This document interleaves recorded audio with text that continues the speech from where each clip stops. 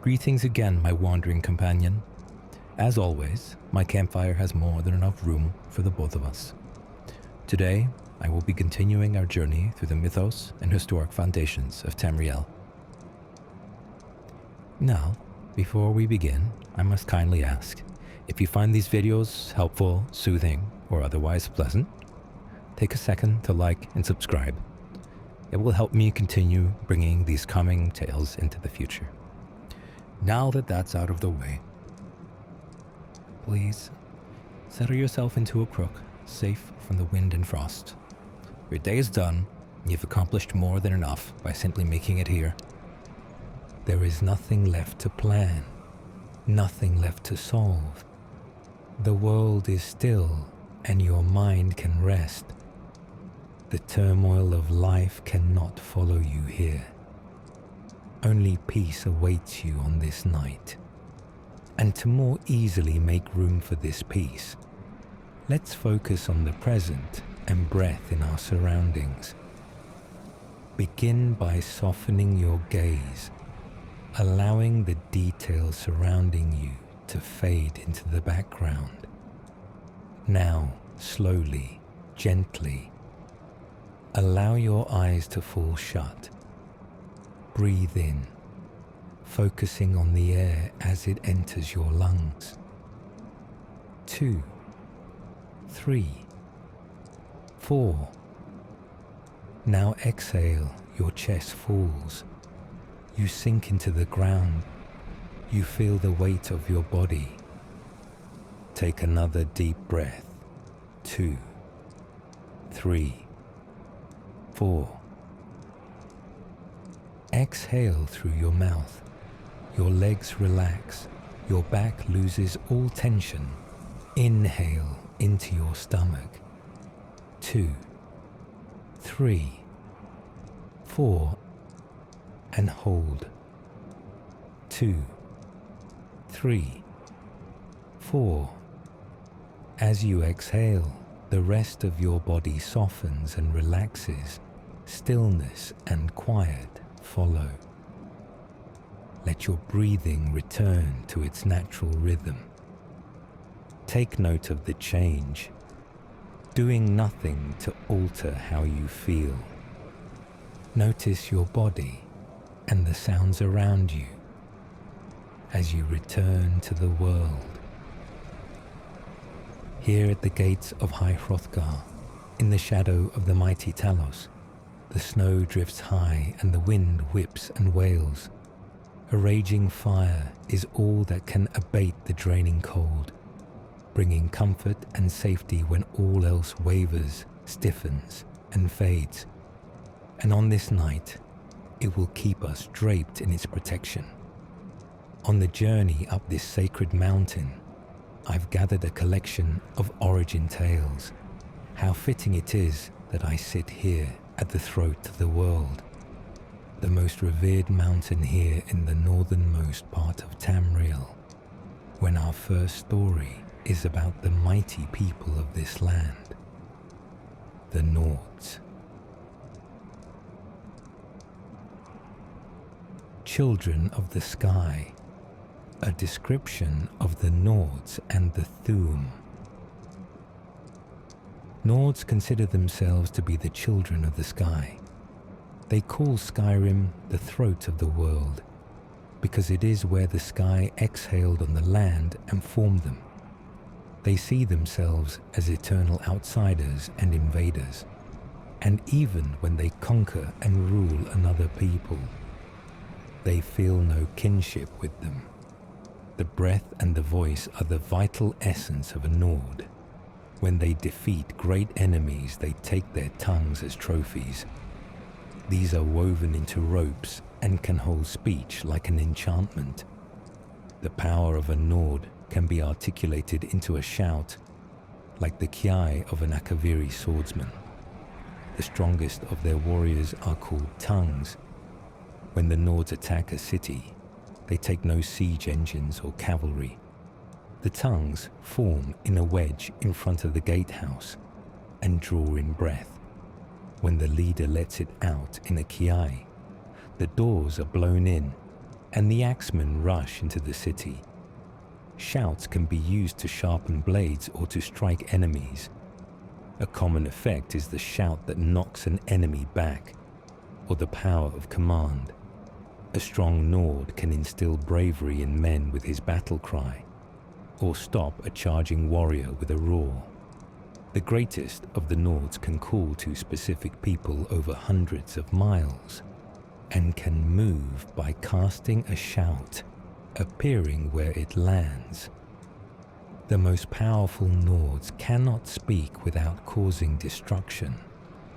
They must go gagged and communicate through a sign language and through scribing runes. The further north you go into Skyrim, the more powerful and elemental the people become, and the less they require dwellings and shelters. Wind is fundamental to Skyrim and the Nords. Those that live in the far wastes always carry a wind with them. The Nords' identity is deeply tied to the power of voice and the natural elements, reflecting a culture built on strength, isolation, and a spiritual connection to the land. Their mastery of the voice symbolizes both their might and their burden, as the most powerful among them must remain silent to prevent harm. A truly remarkable and hardy people whose story deserves to be told. The Annotated Anuad, an early religious book providing a simplified version of the Anuad creation myth from the Mythic era. The first ones were brothers Anu and Padme. They came into the void and time began. As Anu and Padme wandered the void, the interplay of light and darkness created Nirn. Both Anu and Padme were amazed and delighted with her appearance, but she loved Anu, and Padme retreated from them in bitterness. Nirn became pregnant, but before she gave birth, Padme returned, professing his love for Nirn. She told him that she loved only Anu, and Padme beat her in rage. Anu returned, fought Padme, and cast him outside time. Nirn gave birth to creation, but died from her injuries soon after. Anu, grieving, hid himself in the sun and slept. Meanwhile, life sprang up on the 12 worlds of creation and flourished. After many ages, Padme was able to return to time. He saw creation and hated it. He swung his sword, shattering the 12 worlds in their alignment. Anu awoke and fought Padme again. The long and furious battle ended with Anu the victor.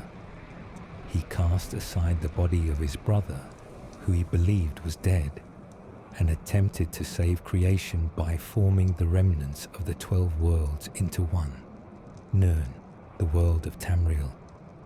As he was doing so, Padme struck him through the chest with one last blow. Anu grappled with his brother and pulled them both outside of time forever. The blood of Padme became the Daedra. The blood of Anu became the stars. The mingled blood of both became the Aedra, hence their capacity for good and evil, and their greater affinity for earthly affairs than the Daedra, who have no connection to creation. On the world of Nirn, all was chaos. The only survivors of the 12 worlds of creation were the Elnafey and the Hist.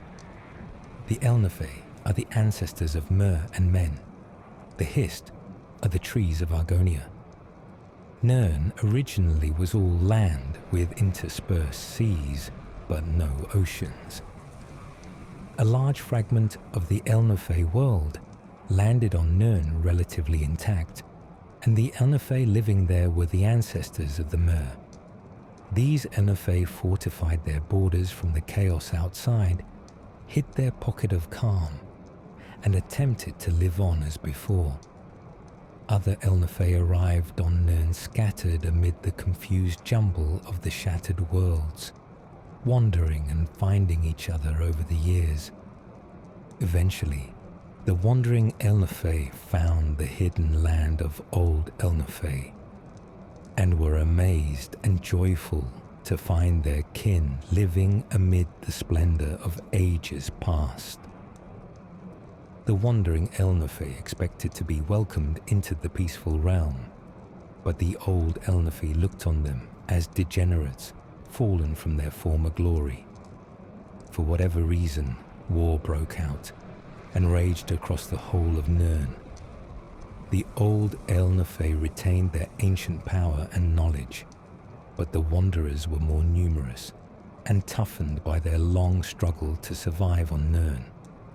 This war reshaped the face of Nirn, sinking much of the land beneath new oceans and leaving the lands as we know them, Tamriel, Akavir, Atmora, and Yakuda. The old Elnafey realm, although ruined, became Tamriel. The remnants of the Wanderers were left divided on the other 3 continents. Over many years, the Elnafey of Tamriel became the Mer, Elves, the Dwemer, the Deep Ones, sometimes called Dwarves, the Kaimer, the Changed Ones, who later became the Dunmer, the Dunmer, the Dark or Cursed Ones, the Dark Elves, the Bosmer, the Green or Forest Ones, the Wood Elves, the Altmer, the Elder or High Ones, the High Elves. On the other continents, the wandering Elnafey became the Men, the Nords of Atmora, the Redguards of Yakuda, and the Saishi of Akavir. The Hist were bystanders in the Elnafey War, but most of their realm was destroyed as the war passed over it. A small corner of it survived to become Black Marsh in Tamriel, but most of their realm was sunk beneath the sea. Eventually, men returned to Tamriel. The Nords were the first, colonizing the northern coast of Tamriel before recorded history, led by the legendary Isgramor. The 13th of his line, King Harold, was the first to appear in written history. And so, the Mythic era ended. Aedra and Daedra. An overview of the basic differences between gods, demons, Aedra, and Daedra. The designations of gods, demons, Aedra, and Daedra are universally confusing to the layman. They are often used interchangeably. Aedra and Daedra are not relative terms. They are elvish and exact. Azura is a Daedra both in Skyrim and Morrowind. Aedra is usually translated as ancestor, which is as close as Cyrodiilic can come to this elven concept. Daedra means, roughly, not our ancestors. This distinction was crucial to the Dunmer, whose fundamental split in ideology is represented in their mythical genealogy. Aedra are associated with stasis. Daedra represent change. Aedra created the mortal world and are bound to the earth bones. Daedra, who cannot create, have the power to change.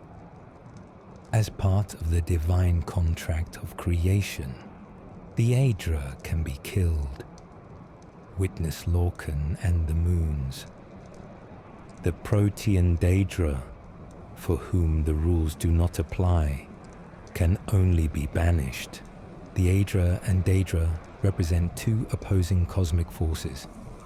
The Aedra are creators bound by the mortal world and its limits, while the Daedra are ever-changing beings who exist beyond those constraints. This fundamental divide shapes the mythology and beliefs of many cultures in Tamriel, especially the elves. before the ages of man. Before man came to rule Tamriel, and before the chronicles of the historians recorded the affairs of the rulers of Tamriel, the events of our world are known only through myths and legends, and through the divinely inspired teachings of the 9 divines. For convenience, historians divide the distant ages of prehistory into 2 broad periods of time: the Dawn Era and the Merethic Era. The Dawn Era. The Dawn Era is that period before the beginning of mortal time, when the feats of the gods take place. The Dawn Era ends with the exodus of the gods and magic from the world at the founding of the Adamantine Tower. The term Merethic comes from the Nordic, literally, era of the elves. The Merethic era is the prehistoric time after the exodus of the gods and magic from the world at the founding of the Adamantine Tower, and before the arrival of Isgramor, the Nord in Tamriel. The following are the most notable events of the Dawn Era, presented roughly in sequence as it must be understood by creatures of time such as ourselves. The cosmos formed from the orbis, chaos, or totality, by Anu and Padme. Akatosh, Auriel formed and time began. The gods, Aedra, formed. Lorkhan convinced, or tricked, the gods into creating the mortal plane, Nirn. The mortal plane was at this point highly magical and dangerous. As the gods walked, the physical makeup of the mortal plane and even the timeless continuity of existence itself became unstable. When Magic Magnus, architect of the plans for the mortal world, decided to terminate the project, the gods convened at the Adamantine Tower, Dereni Tower, the oldest known structure in Tamriel, and decided what to do. Most left when magic did. Others sacrificed themselves into other forms so that they might stay, the Elnafey. Lorkhan was condemned by the gods to exile in the mortal realms, and his heart was torn out and cast from the tower. Where it landed, a volcano formed. With magic, in the mythic sense, gone, the cosmos stabilized. Elven history, finally linear, began. The Merethic Era. The Merethic Era was figured by early Nord scholars as a series of years numbered in reverse order backward from their beginning of time, the founding of the Cameron dynasty, recorded as year 0 of the First Era. The prehistoric events of the Merethic Era are listed here with their traditional Nordic Merethic dates. The earliest Merethic date cited by King Harold's scholars was ME 2500, the Nordic reckoning of the first year of time. As such, the Merethic era extends from ME 2500 in the distant past to ME 1, the year before the founding of the Cameron dynasty and the establishment of the White Gold Tower as an independent city-state. According to King Harold's bards, ME 2500 was the date of construction of the Adamantine Tower on Balfirara Island in High Rock, the oldest known structure of Tamriel. This corresponds roughly to the earliest historical dates given in various unpublished Elvish chronicles. During the early Merethic era, the aboriginal beast peoples of Tamriel, the ancestors of the Khajiit, Argonian, Orcish, and other beast folk, lived in pre-literate communities throughout Tamriel. In the Middle Merethic era, the Aldmeri, mortals of elven origin, refugees left their doomed and now lost continent of Aldmeris, also known as Old Elnofey, and settled in southwestern Tamriel. The first colonies were distributed at wide intervals on islands along the entire coast of Tamriel. Later, inland settlements were founded primarily in fertile lowlands in southwest and central Tamriel. Wherever the beastfolk encountered the elves, the sophisticated, literate, technologically advanced Aldmeri cultures displaced the primitive beastfolk into the jungles, marshes, mountains, and wastelands. The Adamantine Tower was rediscovered and captured by the Direni, a prominent and powerful Aldmeri clan. The Crystal Tower was built on Somerset Isle and later White Gold Tower in Cyrodiil. During the Middle Merethic era, Aldmeri explorers mapped the coast of Vardenfell, building the first era high elven wizard towers at Old Redania, Balfell, Tel Arun, and Tel Mora in Morrowind. It was also during this period that Ayleid settlements flourished in the jungles surrounding White Gold Tower, present-day Cyrodiil. Wild elves, also known as the Heartland High Elves, preserved the Dawn-era magics and language of the Elnafey, ostensibly a tribute land to the High King of Alinor. The Heartland's long lines of communication from the Somerset Isles sovereignty effectively isolated Cyrodiil from the High Kings at Crystal Tower. The late Middle Merethic era is the period of the High Velothi culture. The Kaima, ancestors of the modern Dunmer, or Dark Elves, were dynamic, ambitious, long-lived elven clans devoted to fundamentalist ancestor worship. The Kima clans followed the prophet Veloth out of the ancestral elven homelands in the southwest to settle in the lands now known as Morrowind.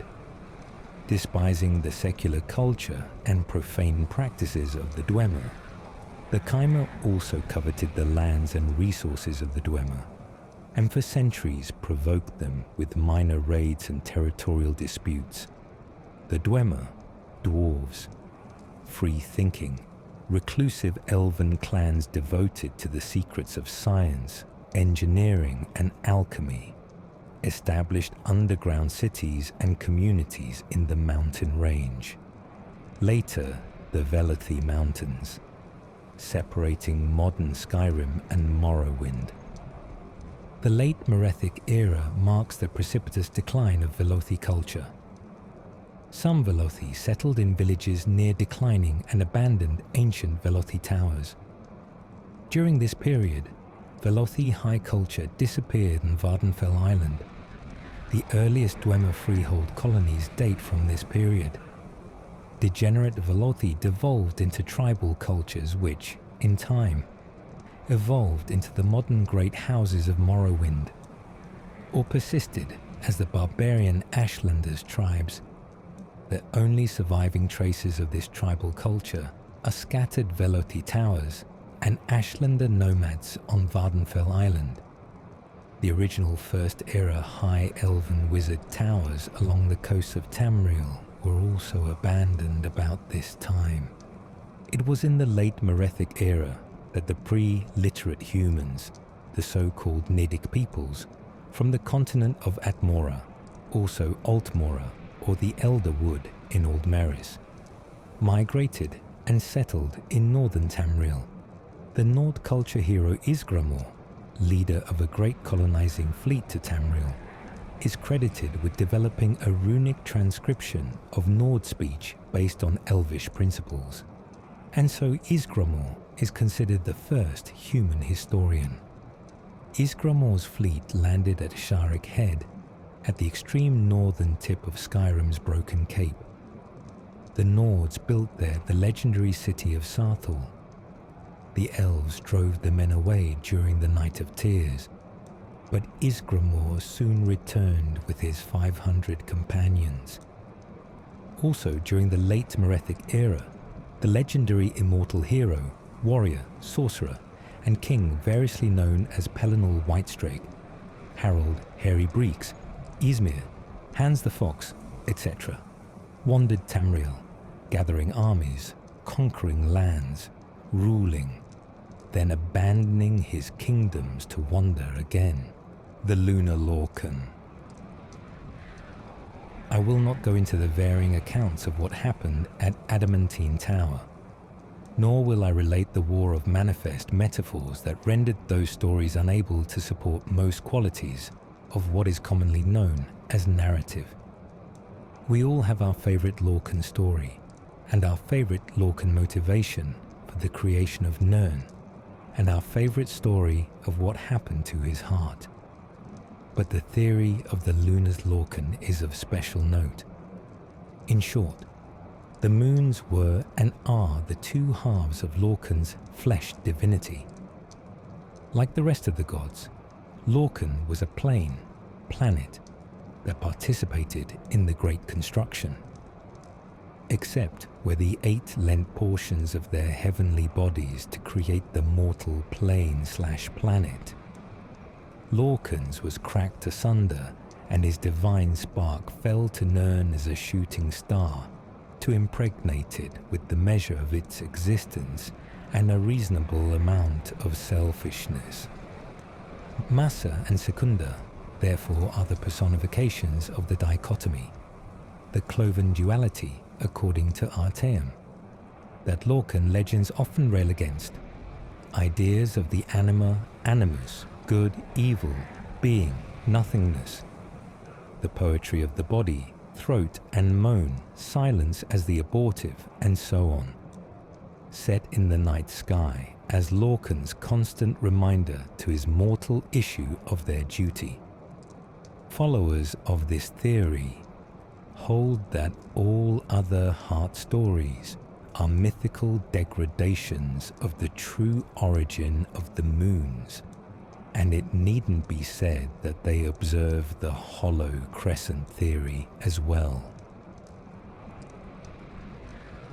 And I have one last story for tonight, a short reflection on the creation of the realm we walk in, titled Spirit of Nirn. Lorkhan is the Spirit of Nirn, the god of all mortals. This does not mean all mortals necessarily like him or even know him.